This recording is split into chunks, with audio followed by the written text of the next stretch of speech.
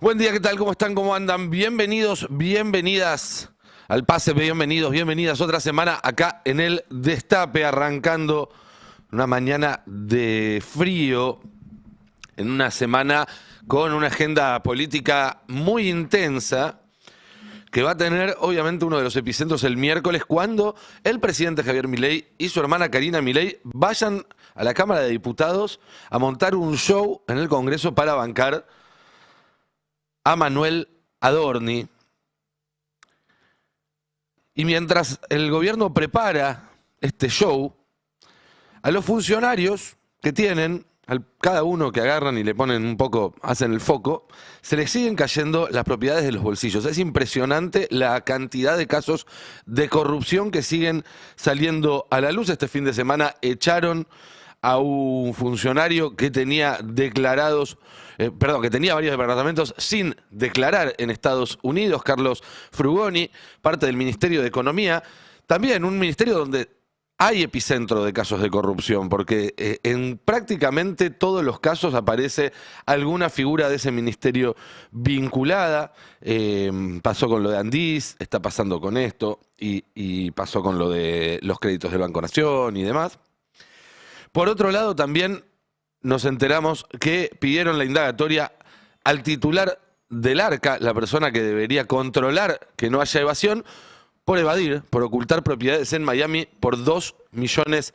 Ya se había advertido sobre la figura de Andrés Vázquez cuando fue designado, sobre diversas irregularidades, denuncias, investigaciones en torno a él. Esto se suma a eso. La Procuraduría de Investigaciones Administrativas además dice que maliciosamente obvió este patrimonio en sus declaraciones, lo cual de alguna manera se anticipa a la excusa de siempre, que es bueno, todavía no llegó el momento, se me pasó por alto, esto es una irregularidad administrativa y no un delito. Bueno, claramente acá la Fiscalía lo que está diciendo es hubo un delito. Y mientras el gobierno sigue sosteniendo a los Adorni, que hay por lo menos uno por cada, no te digo por cada piso, pero sí por cada ministerio seguro,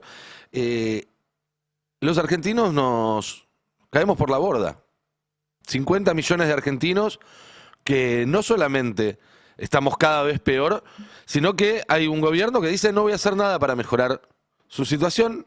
Y así como se acuerdan que Bolsonaro en la pandemia decía quienes tengan que morir van a morir, acá parece que tenemos un gobierno que dice quienes tengan que volverse pobres van a volverse pobres, quienes tengan que pasar el invierno abajo de un puente lo van a pasar abajo de un puente, quienes tengan que saltear comidas van a saltear comidas.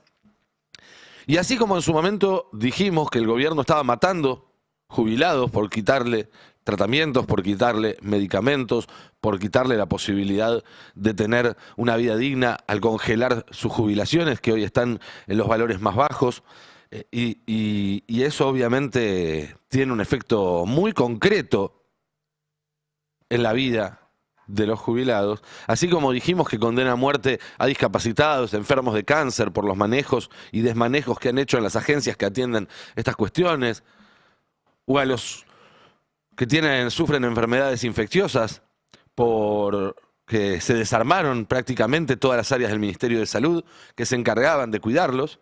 Bueno, ahora tenemos que decir que el gobierno también se está metiendo con los niños. Este fin de semana leí en el Destape la nota que da cuenta de que Argentina no alcanza la cobertura mínima de vacunación obligatoria. Casi 2 millones de niños no cumplen con el calendario de vacunación. También pasa en los mayores de 65 años.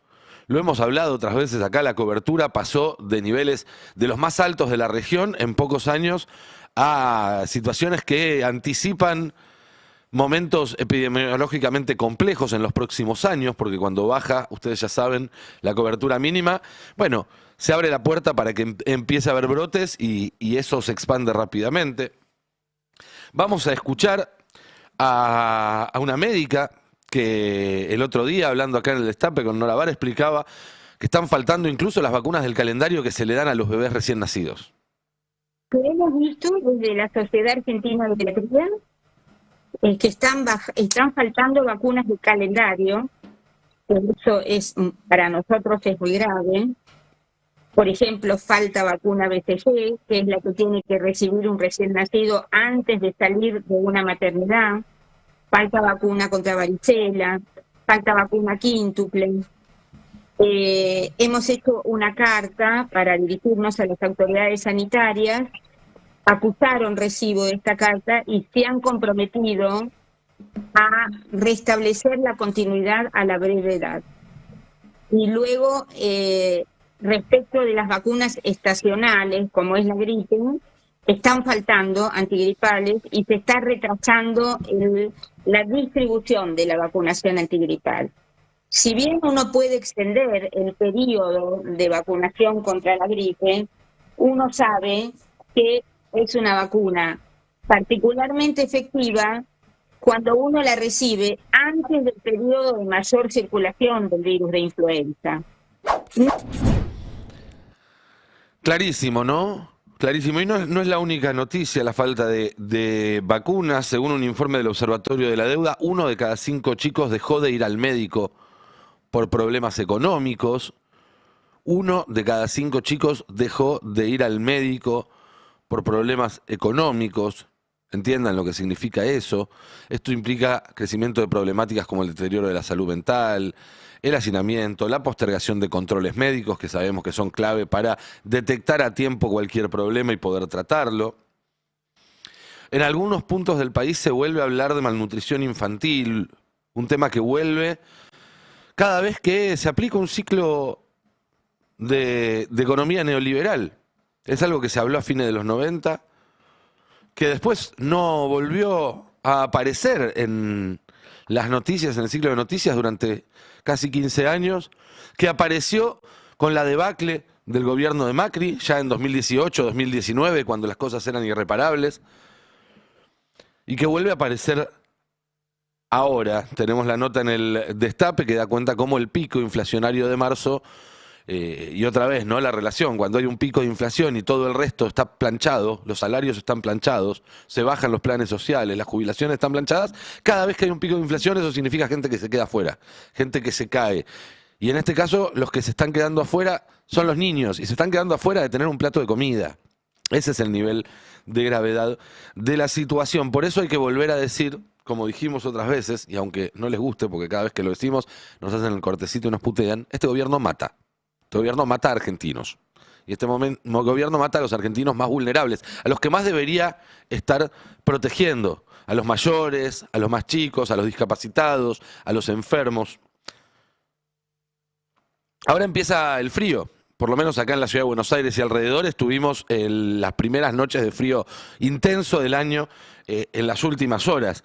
El gobierno hizo un relevamiento de la gente que está en situación de calle, esto lo comentamos la semana pasada, lo hizo mal, digamos, metodológicamente mal, dejando afuera algunas provincias que no aceptaron estas malas condiciones, con lo cual el resultado subestima probablemente la realidad.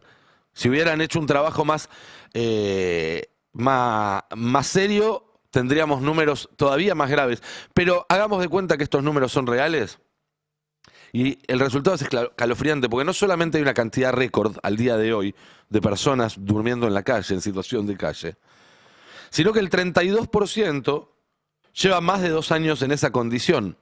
O, para leerlo al revés, para leerlo de otra forma, 2 de cada 3 personas que hoy duermen en la calle cayeron en esa situación en los últimos 2 años durante el gobierno de Milei. Y el 9% lleva menos de un mes. Eso habla de una aceleración. Si casi el 10% aumentó en un mes la cantidad de gente que duerme en la calle, no vamos a hacer la burrada que hace Milei de anualizarlo y decir 15.000% y demás, pero estamos hablando de un proceso que se está acelerando. En el último mes, obviamente, pasó más que en el anterior y probablemente en el próximo sea más gente la que caiga en esta situación. Y eso se nota, además, porque lo van a ver cada vez que pongan un noticiero que sale en la calle y entrevista a alguna de estas personas, que tanto en la historia que cuentan, como incluso en el aspecto físico, porque pasar tiempo en la calle, vivir en la calle, te afecta de un montón de maneras. Y uno se da cuenta cuando alguien que tiene todavía otras costumbres de aseo, de prolijidad, otras posibilidades, está pasando las primeras etapas de este proceso. Y eso es algo que hoy se ve cada vez que sale la tele a mostrarte estos testimonios. Yo vivo en la calle, ¿viste? Hace más o menos un año que estoy en la Hace un año también. de calle. Venía bien, con supuestamente la que le dicen la chorra, ¿no? Por lo menos me comía un asadito todos los domingos, podía pagar un hotel. ¿Qué pasó en el medio? No sé qué pasó, Rey. Parece que la gente se volvió muy loca y votó un loco de miércoles que nos tiene como nos tiene. Así que tenemos esta gente que es gente buena, ¿viste? Viene, da una mano, ayuda, como puede. No sé ni de dónde sacan los recursos para ayudar.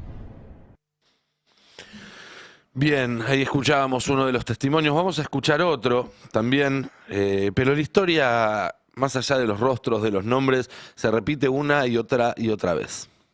¿Hace cuánto que estás viviendo en situación de calle? Casi un año y medio.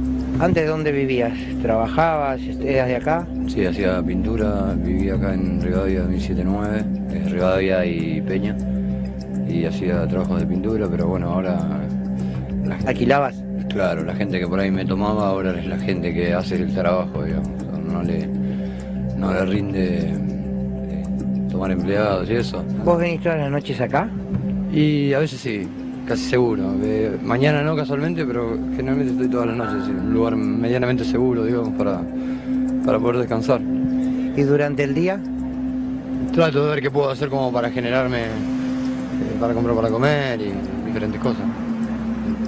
Ver qué surge, caminando, como puedo. Ahora estoy con un problema en la pierna, pero si Dios quiere mañana lo voy a resolver y voy a poder seguir. Y así se repiten las historias, gente que labura.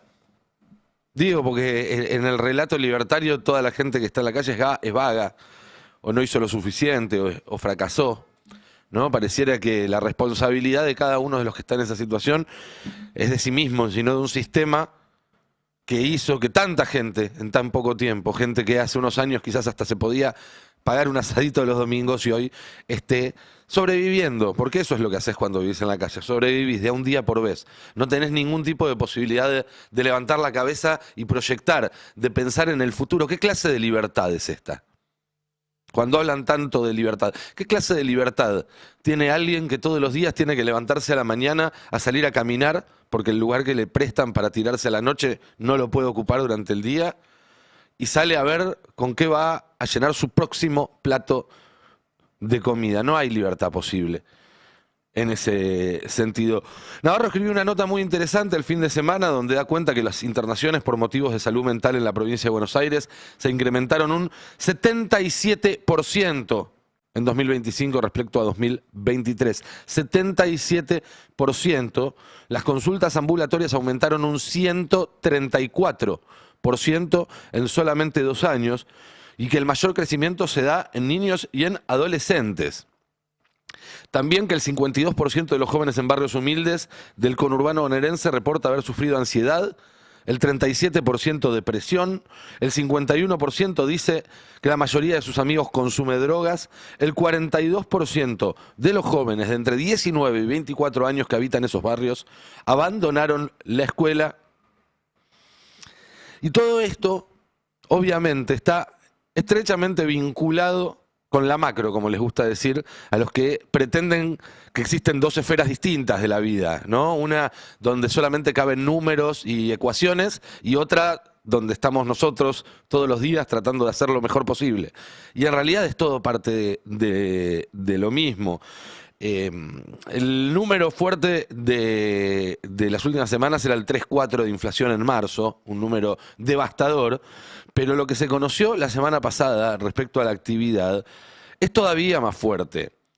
No por el 2,1 de caída, sino por el 8,9 de caída de la industria, el derrumbe del comercio del 7%. En un rato Alfredo Zayat nos va a mostrar con más lupa algunos números del desastre absoluto que está haciendo Milei con todo esto, pero para que se entienda, tener 3,4% de inflación mientras la industria cae un 9% es como cortarle la cabeza a alguien y que siga teniendo 40 de fiebre. ¿Se entiende? Se aplicó la más brutal de las terapias y aún así no lográs bajar el indicador que querías bajar, que además no es el único, pero bueno, si lo fuera.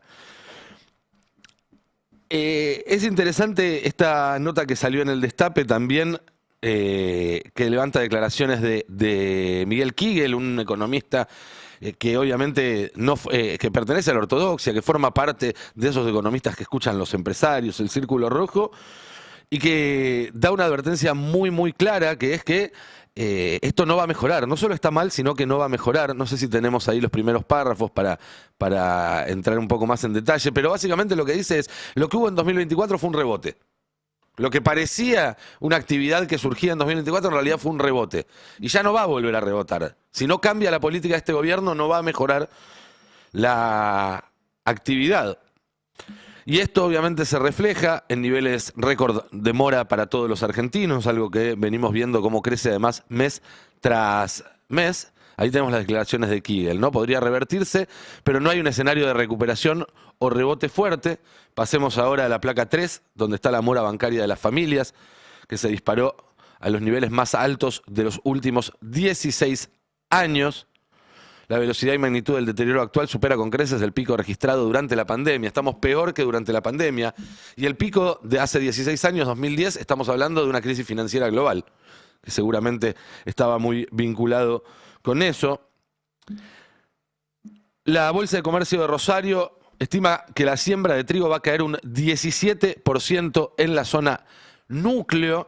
Esto lo que te habla además es de un problema que no se va a terminar este año, sino que el año que viene va a seguir, porque si vos este año sembrás menos, el año que viene cosechás menos, tenés menos ingreso de divisa. Esto tiene que ver con el encarecimiento de los fertilizantes, que es consecuencia directa del conflicto en Medio Oriente. Ese que los funcionarios acá te dicen que no va a tener consecuencias, que por eso YPF no tiene que intervenir, finalmente tuvo que intervenir. También decían que no hay que intervenir en el mercado de fertilizantes. Bueno, van a tener que intervenir porque si no van a tener serios problemas. Recordemos también que este gobierno vendió la principal empresa de fertilizantes que tenía el país, era propiedad de YPF y se la vendió a un ministro de Donald Trump. Sierra Nissan, otra automotriz que se va del país, para seguir repasando. Todas estas son noticias de las últimas 48, 72 horas. No estamos juntando noticias de los últimos 6 meses. Deja de fabricar autos en el país y va a empezar a importar, por supuesto. Es lo que el gobierno les pide que hagan. Le está señalizando, como en el aeropuerto, ¿viste? Toto Caputo está con 2 luces de colores en las manos diciendo, es por acá, importen, cierren las fábricas, importen. Escuché este testimonio del presidente de la Unión de Industriales de Indumentaria, Claudio Dreschner, que dio una nota. Me llamó mucho la atención porque hasta ahora las estimaciones de pérdida de puestos de trabajo andaban en torno a los 250, 300.000 puestos de trabajo. Y Dreschner ya habla de más de 500.000 puestos de trabajo perdidos. Escuchémoslo. ¿Qué estás viendo hoy en el sector industrial en particular y en el país en general? Mira, hay una enorme preocupación, como hace mucho, pero mucho tiempo no escuchaba, casi te diría del 2001. Hay un proceso de destrucción que no es creativa, no hay una destrucción creativa, hay una destrucción suicida. Yo lo llamaría así, porque el tema es muy grave, Maxi. La última información que me pasan de la UIA, que es de enero del año 2026, hay 525.000 puestos de trabajo formales menos. 525.264 trabajadores menos. Esto es una cifra que me sorprendió a mí, porque entendía que era muy agudo, pero esto es una cifra oficial. Hay 500.000 de personas que estaban en una situación de formalidad en distintos puestos de trabajo, monotributo, pero bueno, en blanco, para decirlo claramente. 500.000 de personas han perdido el trabajo. Por eso las encuestas que vos mirás hoy, lo que te van a mostrar es que la principal preocupación que tiene hoy la población es sostener los puestos de trabajo. Entonces yo creo que acá no hay un proceso, decía, de destrucción creativa, sino que hay un proceso de destrucción del aparato productivo, del tejido laboral, donde afecta a todos los sectores de la industria. Clarísimo, ¿no? Clarísimo. Y así uno puede seguir. Hay números terroríficos respecto al cierre de comercios. Pueden leer la nota que está ahora en el Destape de Eugenia Rodríguez, hablando de más de 3.100 firmas del sector que desaparecieron en el próximo año y cómo las ventas están retrocediendo en las 24 provincias del país. Ese es un dato muy importante porque hay un argumento que escuché mucho en las últimas semanas. Que es, bueno, el problema está en el AMBA, en el interior las cosas están fenómeno, lo dicen varios economistas, algunos funcionarios, y la verdad es que no. La verdad es que tanto en los números de consumo como en los números de creación de empleo y demás muestran que la situación en el resto del país es tan mala o peor que en el AMBA. Y aunque la mayoría de los medios de comunicación no te lo muestren, cuando entras a los que sí, como el Destape, te enterás, por ejemplo, que en Santa Cruz los municipales están con medidas de fuerza cuestionando la política salarial. Municipales cuestionan a la política que avala el gobernador Vidal de aumentos por decreto.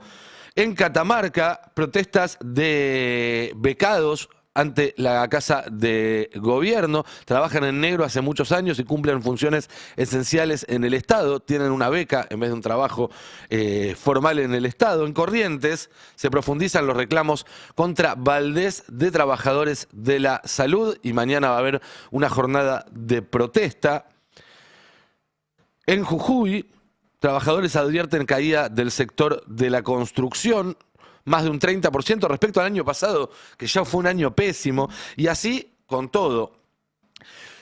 La novedad en todo caso es que las provincias ya no tienen resto para cubrir con recursos propios lo que el gobierno nacional no les da. Esto lo publicó Clarín el fin de semana y tiene que ver con que la mayoría de las provincias que hace un año podían mostrar superávit, ahora ya cayeron en déficit por la caída de ingresos, por los gastos que tuvieron el año pasado, que fue año electoral. Pero para mí la novedad más importante es que, de acuerdo a varios estudios de opinión pública, la mayoría de la gente por primera vez ya te dice que los problemas que tiene son culpa de Milei. Ya no son culpa del gobierno anterior, ya no son culpa de cuestiones externas, sino que directamente responsabilizan a Milei. Esto se ve en una encuesta que hicieron Alaska y 3.0, que se difundió en los últimos días. ¿Cuál de los siguientes es el principal responsable de la situación económica actual? 63%, casi 2 de cada 3 argentinos dicen las políticas del gobierno nacional de Javier Milei.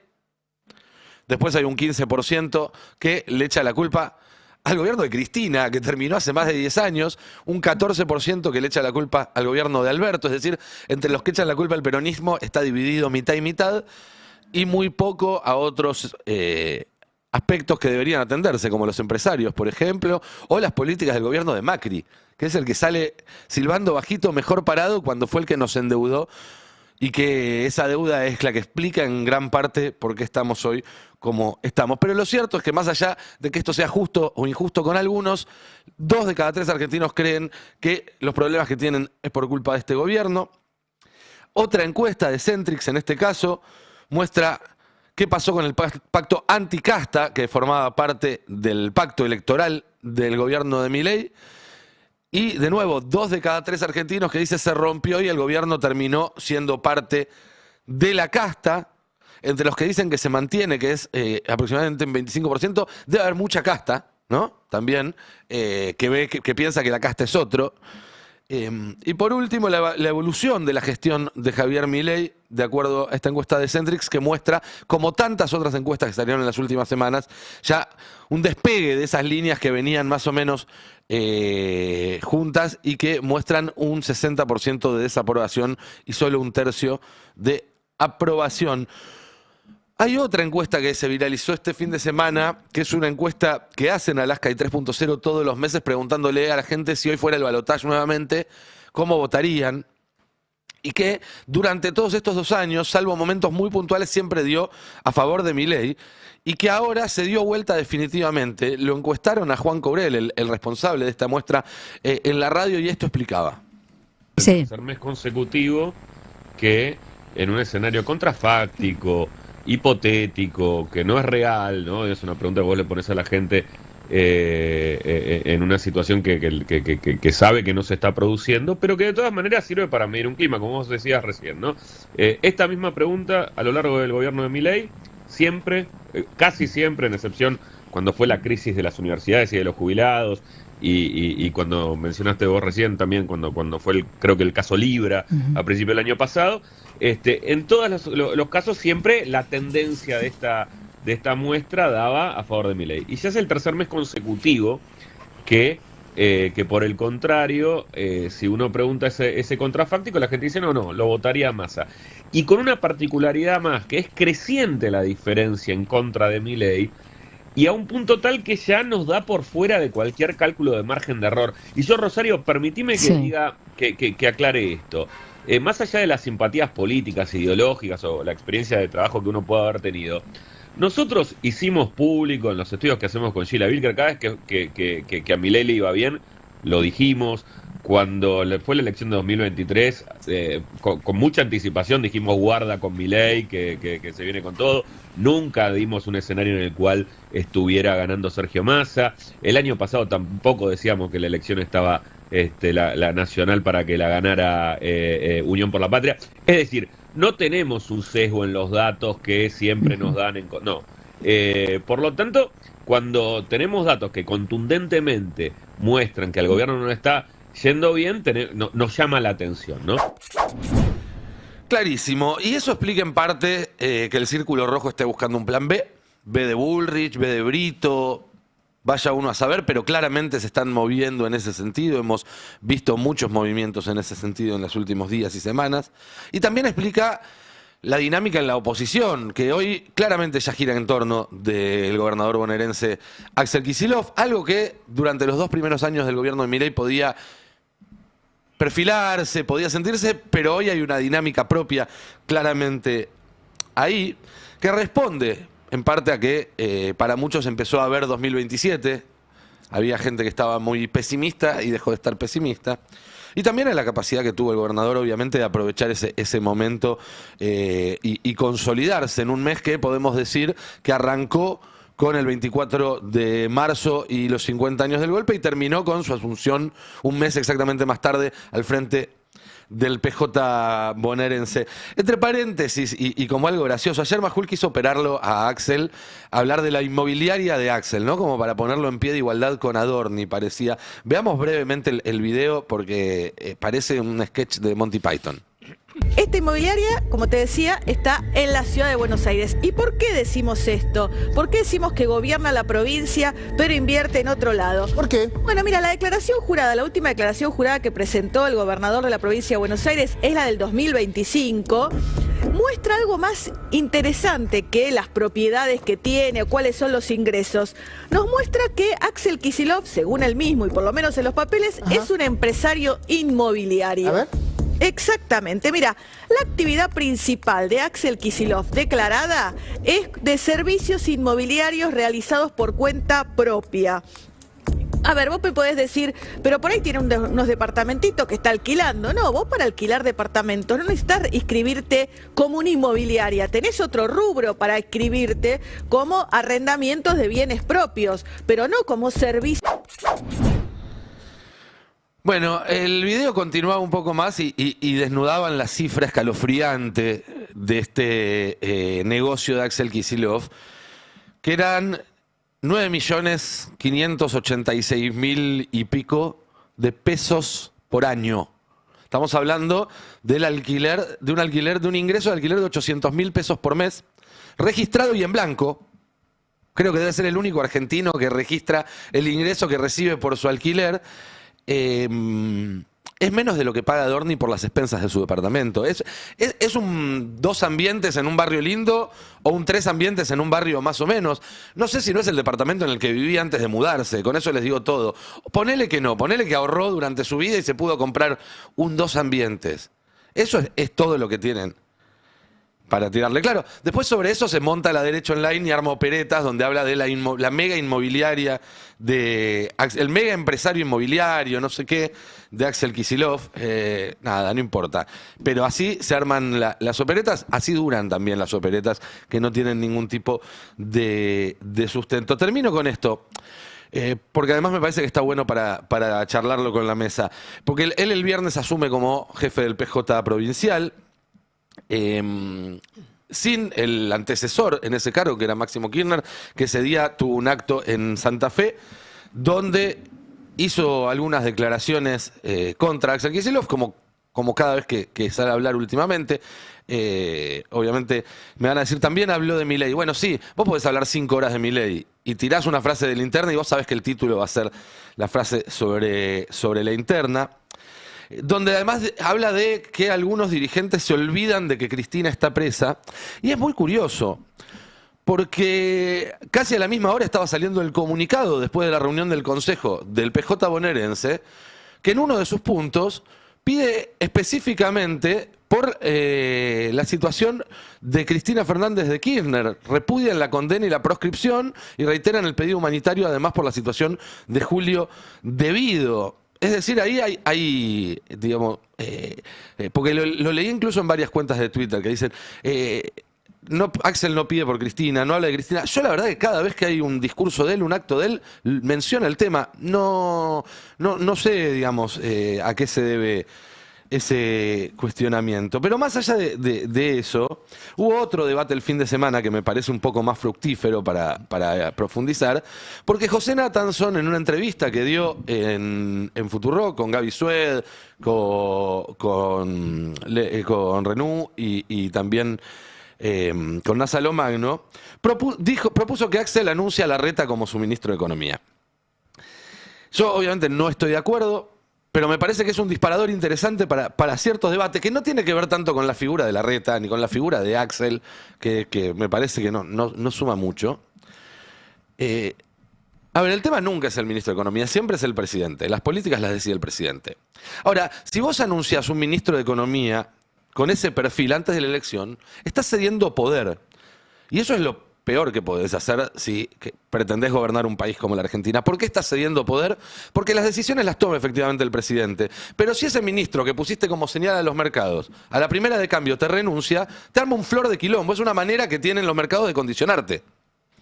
Te puede desencadenar incluso una crisis, una renuncia a un Ministerio de Economía en un país como la Argentina. Con lo cual, incluso si tu idea es que tu ministro sea Larreta, Melconian, Bogiano, Conan, el que sea, lo anunciás después de que ganaste, para que quede claro de que es alguien a quien vos le estás delegando una misión y que no es un accionista minoritario de tu proyecto de poder. Por otra parte, esa clase de anuncios, cuando se hacen anticipadamente, diluyen la identidad de tu propuesta política. ¿Quién va a gobernar? ¿Kicillof y Larreta? Se vuelve poco claro. Y lo peor que podés hacer hoy si sos candidato es tener una propuesta poco nítida. Esto es algo que se ha visto con Milei incluso, ¿no? Hay que tener una propuesta nítida para generar algún tipo de entusiasmo. El vamos viendo no genera entusiasmo. No un programa larguísimo. Porque vos podés escribir un programa larguísimo hoy en 1 año y medio, no te sirve para absolutamente nada. Pero sí una noción muy clara de a quién representás y 2 o 3 ideas, fuerzas vertebrales que reflejen esa identidad. ¿A quién representás? Después, la capacidad de construir una alianza robusta que te permita ganar las elecciones, impulsar políticas que respondan a esas consignas originales, que cumplan el contrato electoral. Miren, lo voy a hacer como una analogía futbolera y les pido disculpas. ¿Se acuerdan los más viejos de la selección de Bielsa, no? Que 6 meses antes del Mundial era la mejor selección del mundo y se terminó yendo en primera vuelta. Y al revés, la de Scaloni, 6 meses antes del Mundial nadie daba nada, perdió el primer partido y terminó no solo saliendo campeón, sino yendo de menor a mayor. Lo importante es ser el mejor en la final, en el momento en el que las papas queman. Tener una coalición muy sólida 6 meses antes de la elección y que 2 meses después de asumir se te rompa el bloque, te renuncie el vicepresidente o medio gabinete, es una cagada. Vos lo que tenés que tener es el mejor equipo de gobierno y la mejor coalición el día que asumís, para arrancar con el momento más importante de un gobierno, que son los primeros 3-6 meses, que es cuando podés avanzar. 6 meses antes no te sirve absolutamente para nada. Bueno, nada, algunas reflexiones sobre la actualidad que estamos viviendo, se estiraron un poquito de más. Les pido disculpas por hacerlos esperar y les doy la bienvenida. ¿Qué tal? ¿Cómo están, compañeros? Muy bien, buen día. Bueno, pero José es un libre pensador, ¿no?